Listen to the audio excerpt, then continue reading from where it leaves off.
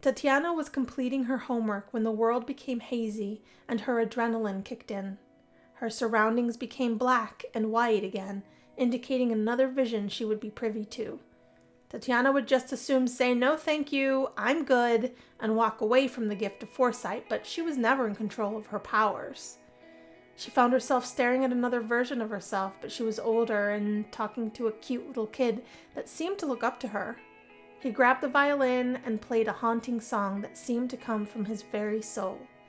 Once the song ended, the young man hugged her, making her feel intense love for him.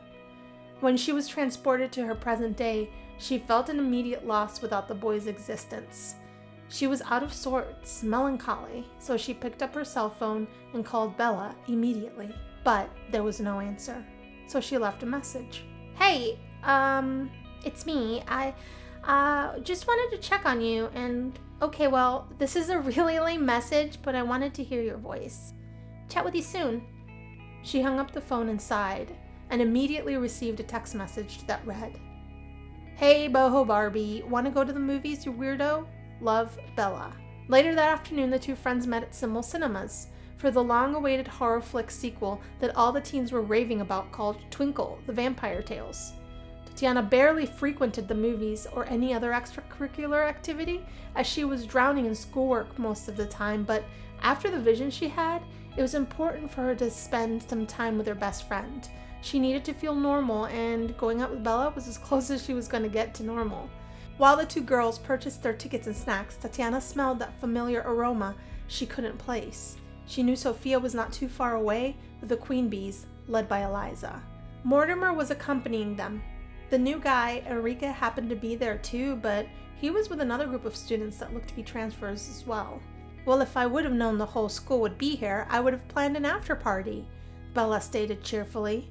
Sophia looked disgusted with Bella and Tatiana, as if their sheer presence was offensive to her. "If you would have planned an after party, we would have said, 'Love to go,' really," she replied sarcastically. "Bella, I've told you in the past how you can always join us, but that pathetic girl you called friend is of no use to us." Bella and Tatiana had a million conversations in the past and could never figure out why Sophia hated them so. They assumed it was just her affiliation with Eliza and how much Eliza had hated Tatiana since they were in elementary school. It was situations like this that reminded them both how shallow and silly the Queen Bees were, not to mention infuriating. The Queen Bees were snickering and giving Tatiana the stink eye. Sophia's problem was she never knew when to call it quits. The club members' support of Sophia's ridiculous confrontation didn't help matters. "Honestly, we thought you would get over your terrible taste in friends because they are pitiful." Tatiana could sense Mortimer was fuming, as if he wanted to jump to her aid.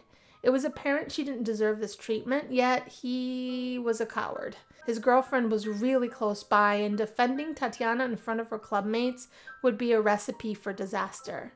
She understood and didn't hold it against him. Bella, on the other hand, lived to confront these monsters.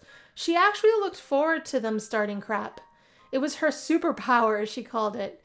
Tati was a smart and kind one, and she was a defender of the innocent, Bella once told Tati when they were kids. Red-faced, she got real close to Sophia's face and raised her voice. "Why would I ever join your fake-ass club with your fake-ass pretentiousness? Why would I ever degrade my morals and values just to be labeled popular? To be a part of this group of lunatics? I would rather be in the company of a person that has more value in her pinky than you do collectively. So Tatiana grabbed her to pull her back. The last thing she wanted was a fight. There were too many of them. Bella and herself would surely lose. Enrique was getting closer to the gaggle of raised voices. He was concerned for the underdogs. It was none of his business, but he would not hesitate to jump in if he absolutely had to. He could use it as an excuse to get closer to Tatiana anyways. Eliza, enraged at the last insult against her best friend, stepped in front of Sophia to have her turn against Tatiana and Bella, but Sophia shoved her out of the way. By the looks of it, Sophia was way stronger than the scrawny Eliza. Tatiana could feel the sick, prickly sensation indicating her lack of control. She looked away in case she made a public spectacle of who she truly was. Mortimer finally interjected in hopes to defuse the problem. "Sophia, Eliza, please, let's just head inside the movies and chill." Nancy noticed Mortimer's interruption and frowned. Tatiana was aware of Nancy's hatred towards her. She couldn't quite figure out why.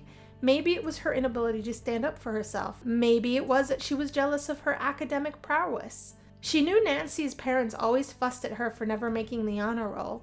Nancy never verbalized her insecurities regarding Tatiana. She didn't have to. Her body language was a poster board for her disapproval of her. Bella broke free from Tatiana's hold and pounced on her attacker. A shower of slushy escaped her hand and fell on Sophia's face. Sophia's eyes burned. Eliza was mortified. Mortimer stupefied. Nancy thankful she didn't get slushed. Enrique's concern for Tatiana intensified. They even drew a crowd of spectators. Sophia agitated and prepared for a physical fight with Bella. However, Tatiana was able to seize Bella's attention and escape the forthcoming battle. "It's not worth it, Bella. Let's go home," she commanded, looking away. Tatiana was thankful she could, for the first time, keep her emotions in check. "Progress," she thought to herself. Meanwhile, Mortimer shrugged them all off without an explanation. He was ashamed of his girlfriend and her friends. He was emotionally spent trying to keep up appearances with Nancy. He simply made his way to his car after the confrontation. Nancy quickly noticed his departure and wondered why he didn't tell her he wanted to go. She was left questioning why he was so offended. Surely it wasn't because of those two losers, was it? She must have thought. Enrique decided to make his move. He would go after the two girls that were verbally attacked to ensure they were okay. This would be his in, and he was ready. Eliza turned to Sophia and whispered so only she can hear, "Oh, honey, are you okay?" She realized how intimate that sounded and blushed deeply.